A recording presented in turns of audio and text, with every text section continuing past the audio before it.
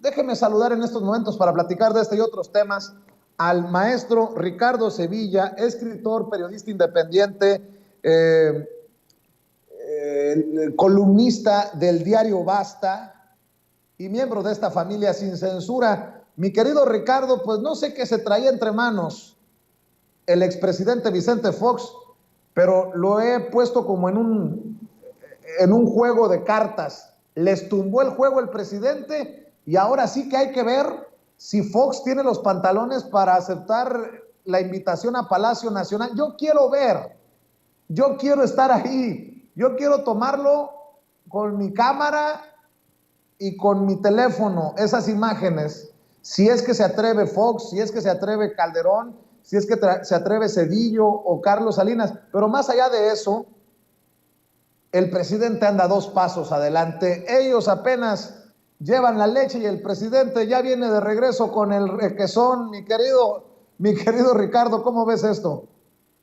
Pastelazo en la cara que le da Vicente Fox a Vicente Fox, porque ya ves que habla de él en tercera persona, y pues bueno, hay que preguntarle a Ricardo Sevilla su opinión, ya que estamos hablando en tercera persona, a ver qué es lo que piensa este periodista de estas cosas tan extrañas. Pues bueno, eso yo lo había visto en recursos literarios bastante pobres, pero no lo había visto en un personaje, pues bueno, que se supone que es un expresidente de México y debería honrar pues el presidente que tuvo. Gobernó muy mal, gobernó con las patas, le entregó a la iniciativa privada muchísimas instituciones, saqueó con una carretilla prácticamente al pueblo de México, pero pues bueno, no, nunca ha tenido ningún tipo de decoro. Ayer precisamente recordábamos que el PRI y el PAN siempre han ido de la manita. Yo lo dudo mucho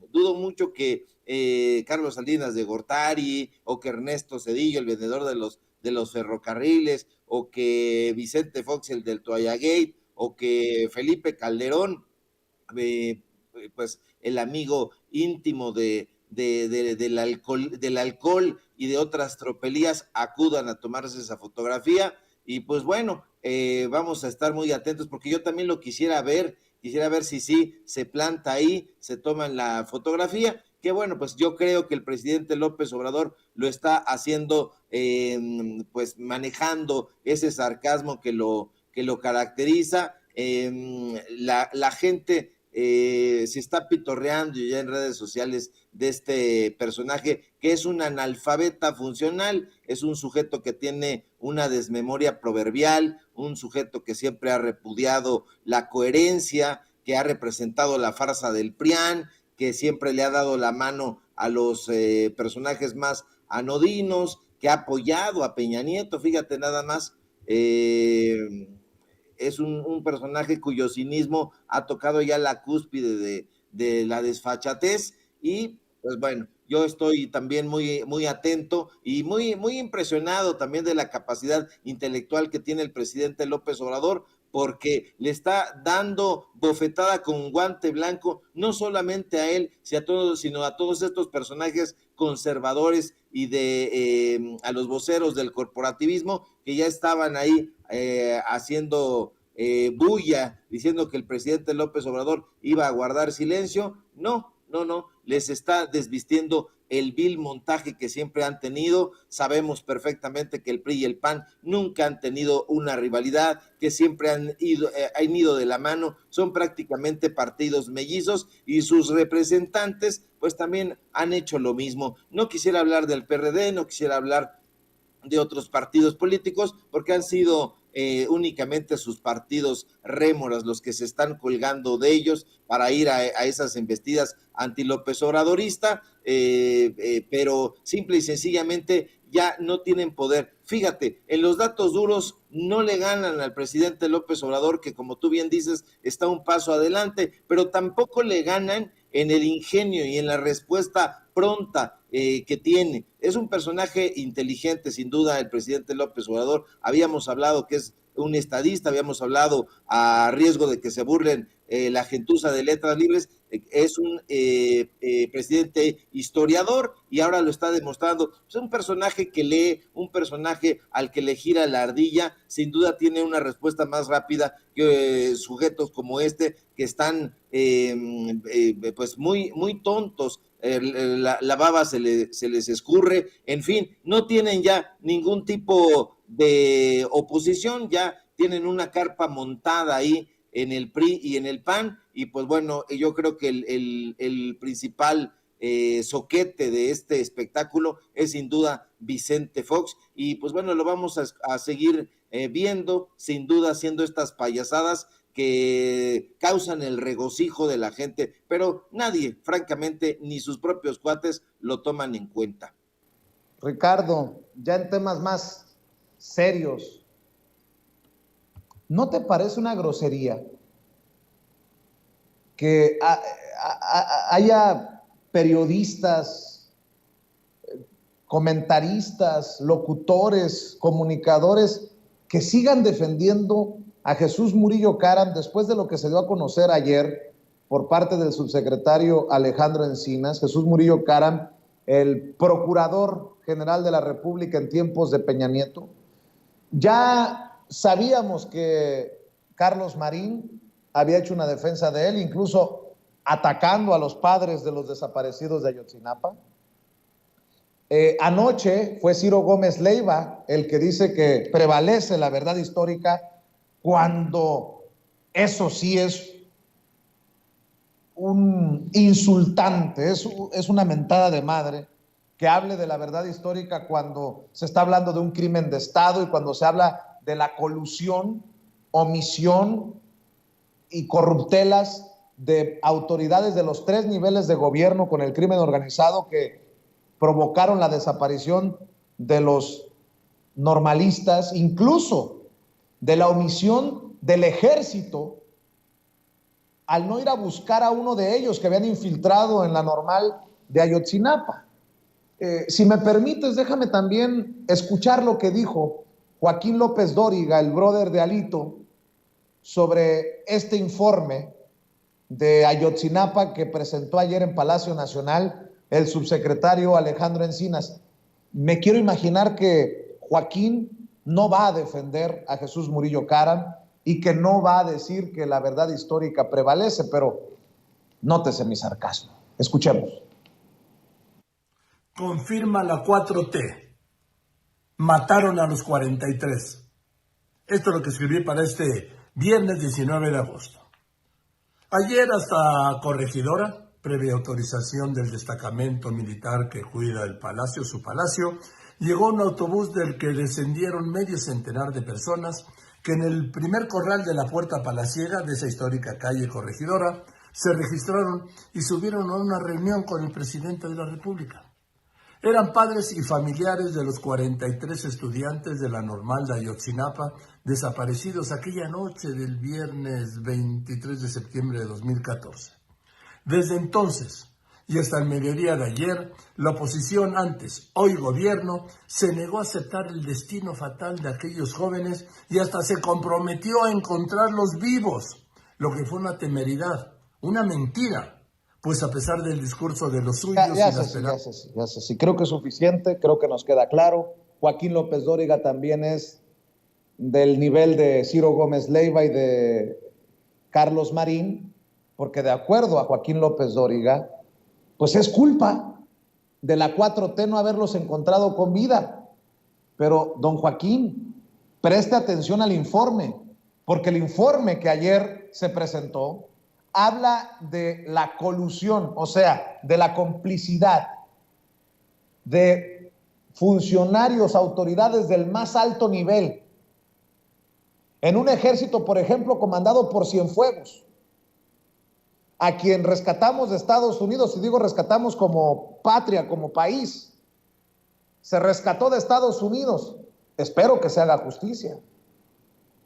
Jesús Murillo Caram no puede seguir durmiendo tranquilo por esta verdad histórica que él construyó o que le ordenaron construir y que fue una verdad histórica a medias. Los mataron, los desaparecieron, los incineraron. ¿Y las omisiones? ¿Y las acciones?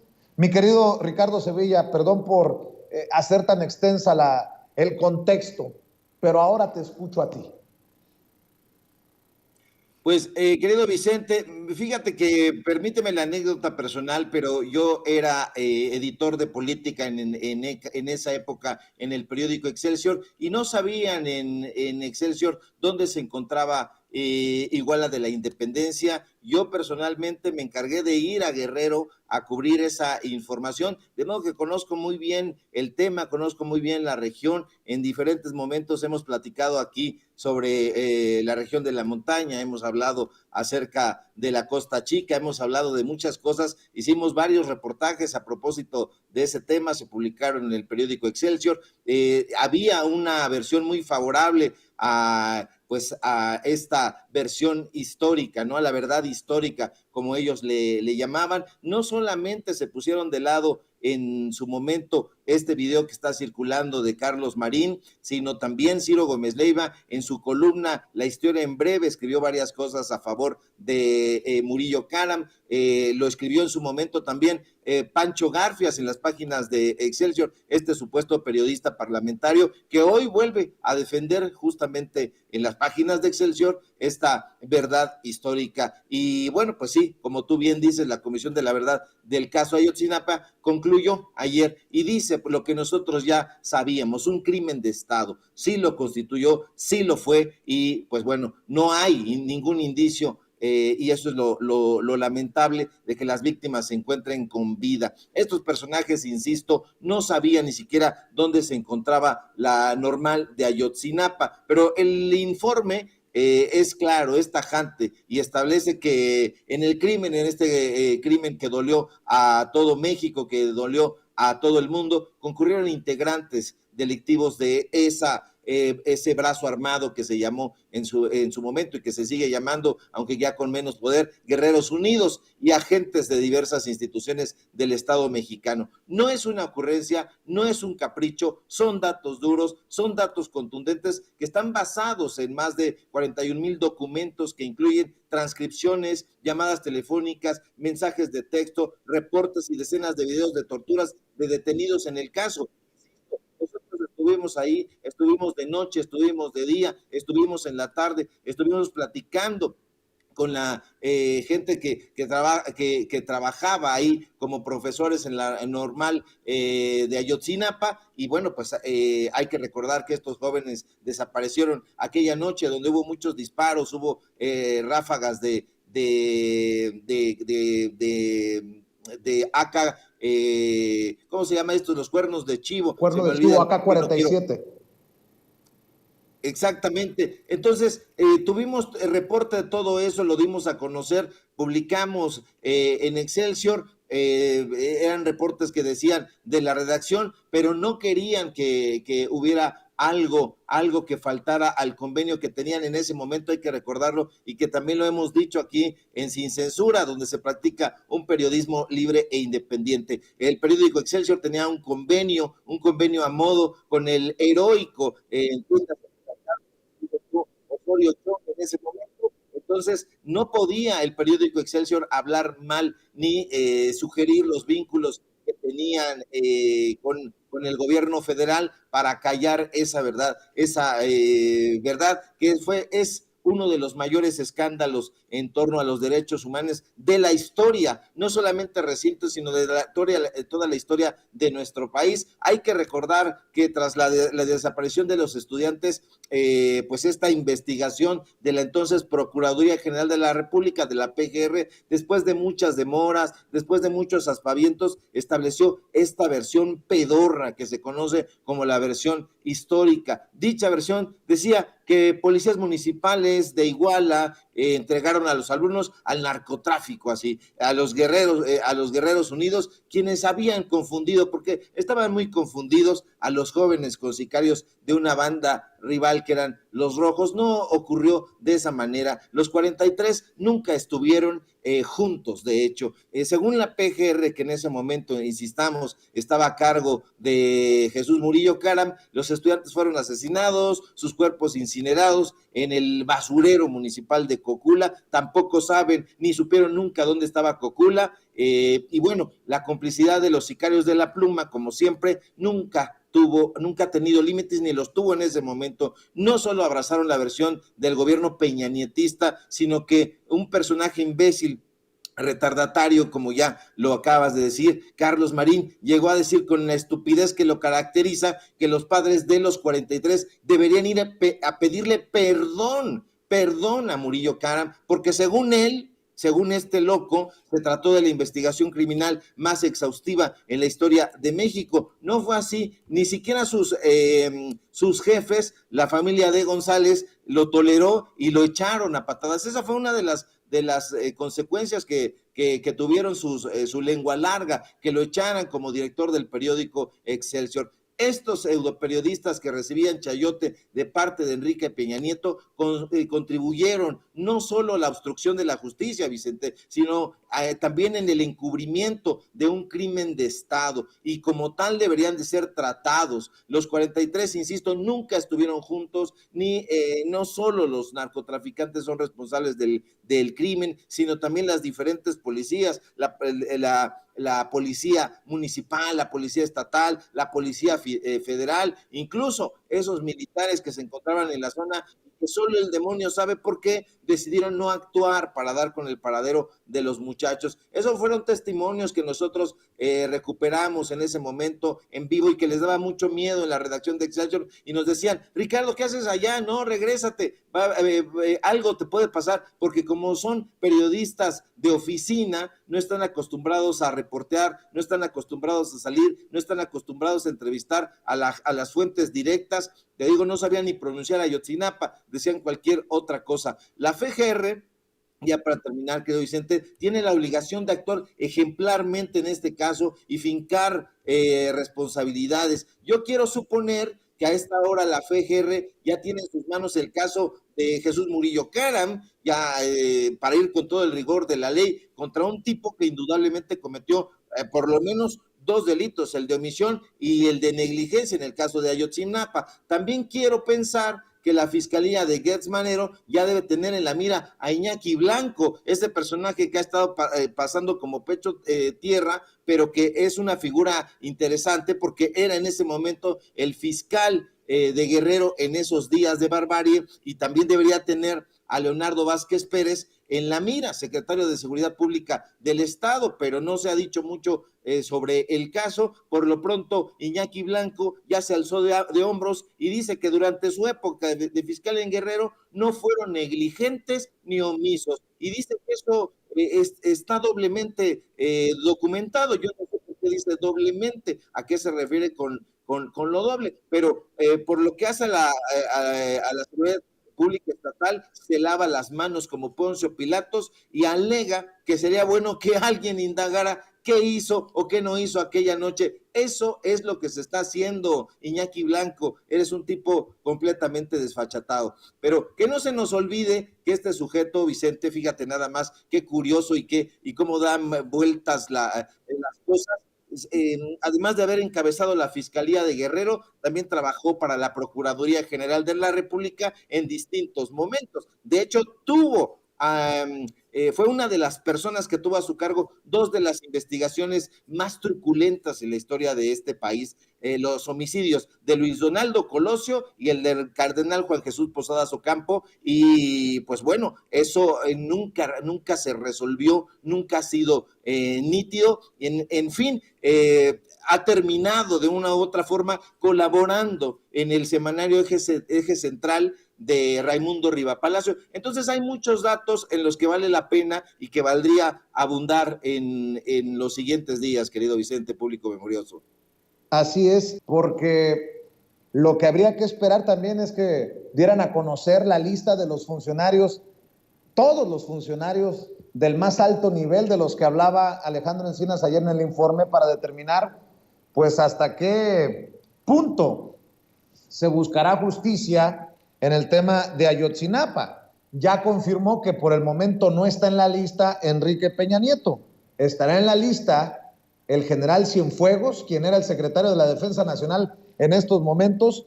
En esos momentos te lo pregunto porque vamos a rescatar de las declaraciones de Alejandro Encinas lo que dice que la Secretaría de la Defensa Nacional no activó protocolo de búsqueda para militares desaparecidos. Si se hubiera activado, hubieran tenido que haber buscado a los 43 normalistas de Ayotzinapa, porque ahí estaba infiltrado un militar. Échalo, César. Todas las autoridades estatales, municipales y federales estuvieron realizando el seguimiento y las acciones y los movimientos de los estudiantes. Tal es así que impidieron la toma de los autobuses. Pero además, la Secretaría de la Defensa Nacional tenía dentro de la normal al soldado Julio César López Patolsi, quien estaba realizando informes para la Secretaría de la Defensa Nacional dentro de la normal. Era el responsable de informar de lo que acontecía en las asambleas de la normal y de las movilizaciones de los estudiantes, e incluso estaba informando de los actos preparatorios de la marcha del 2 de octubre. Este soldado López Patolsi, que estaba bajo el mando del teniente de infantería Marcos Macía Barbosa del 27 Batallón, su último reporte fue al filo de las 10 de la mañana de ese día y desapareció junto con los otros estudiantes sin que sus mandos hicieran ninguna acción para garantizar su integridad y su búsqueda, como lo establece el protocolo para militares desaparecidos, que de haberse aplicado hubiera permitido no solamente proteger la integridad y buscar al soldado López Patolsi, sino a todos los estudiantes. Mi querido Ricardo, qué fuerte, ¿no? Tenían infiltrado a un militar en la normal de Ayotzinapa y dejaron a su suerte al soldado desaparecido. La pregunta es, ¿por qué? ¿Y quién dio la orden? Mi querido Ricardo, escucho tus opiniones. Sí, hay que recordar que es muy importante ubicar la historia de la Escuela Normal Rural Isidro Burgos o Raúl Isidro Burgos, porque hay que tener muy en cuenta que siempre ha sido una escuela que ha tenido una inclinación de izquierda.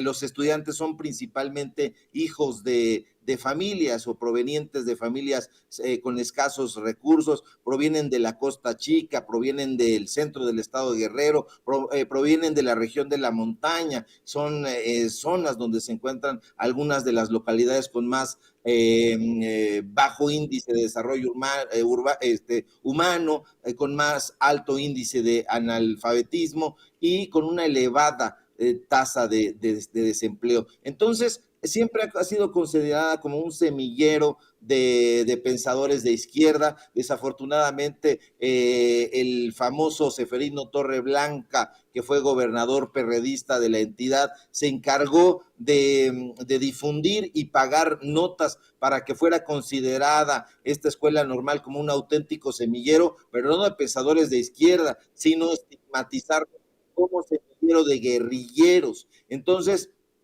pues estos muchachos, estas muchachas siempre se han movilizado en movilizaciones de tipo social, han realizado bloqueos en diferentes partes del estado, en Chilpancingo de los Bravo, que es la capital guerrerense, como la gente sabe. Entonces han sido estigmatizados por eso, por la prensa local, por la prensa nacional. Definitivamente por ello tuvieron a varios personajes infiltrados. No solamente en ese momento, nosotros construimos una crónica al respecto y tenían en diferentes épocas a gente infiltrada del ejército, infiltrados periodistas, que servían a los intereses del gobierno de Ceferino Torreblanca en ese momento, que servían a otros intereses para ver en qué podían cachar, en qué podían cachar a los estudiantes, qué trampa les podían poner, porque insisto, ha sido estigmatizada esta normal como un semillero de guerrilleros. Hay que tomar eso en cuenta. Ojalá que sí haya ya está la investigación, parece que es una investigación exhaustiva, pero que haya consecuencias también legales para estos personajes, que purguen condenas, las condenas que debieron pagar desde hace muchísimo tiempo. Es imposible continuar con una venda en los ojos y defender esta verdad histórica impuesta por el peñanietismo con el aval de los sicarios de la pluma, porque así como hay sicarios que arrancan la vida de las personas, así también hay sicarios de la pluma que arrancan la conciencia social, que arrancan y que dinamitan toda crítica social también. Entonces, vamos a seguirlos encuerando, querido Vicente, vamos a seguir con la ayuda del público memorioso de aquí de Sin Censura y de otros espacios, pues bueno, aportando datos duros para que esta tragedia que ocurrió allá en la normal rural de Ayotzinapa no vuelva a ocurrir, porque no se puede permitir que ese tipo de actos lesivos contra la nación ocurran en pleno siglo XXI. Querido Ricardo, te agradezco mucho que hables con nosotros sin censura y que cierres la semana laboral aquí en este espacio libre como el viento. ¿Por qué no cerramos el segmento invitando a la gente para que te apoye en lo que haces con el diario Basta, en lo que haces en los datos duros, en lo que escribes en Twitter? En fin, maestro, hay que pedir que amor con amor se pague. Claro que sí, querido Vicente, público memorioso, muchas gracias por tus diferentes palabras, como siempre, por el espacio abierto, libre como el viento. Síganme en redes sociales, en Twitter, @Sevilla Crítico, en Facebook, Ricardo Sevilla, así nada más, en el diario Basta. Hoy escribimos precisamente sobre Vicente Fox. Ahí ya compartimos la columna en Twitter, entonces les pedimos que nos echen una mano para irla difundiendo. Síganme, por favor, en los datos duros, Ricardo Sevilla, los datos duros, así como se escucha en YouTube. Hoy tenemos informativo en punto de las 8:30 y por supuesto aquí en La Familia Sin Censura, donde estamos trabajando con mucho entusiasmo de lunes a viernes al filo de las 11 de la mañana. Un fuerte abrazo, querido Vicente, público memorioso, a toda la gente allá en producción y esperando que tengan un excelente fin de semana. Un fuerte abrazo. Igualmente, mi querido Ricardo, un fuerte abrazo para ti. Gracias por hablar con la audiencia de Sin Censura. Nos vemos el lunes.